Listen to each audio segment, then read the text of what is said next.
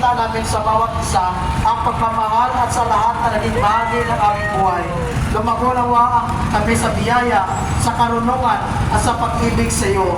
Gabayan, ingatan at palakasin mo kami sa kapayapaan. O Jesucristo, Jesus ngayon at magpakailanman. Amen. Sumainyo ang Panginoon. At sumayo rin. Magsiyugo kayo para sa pagbabasbas.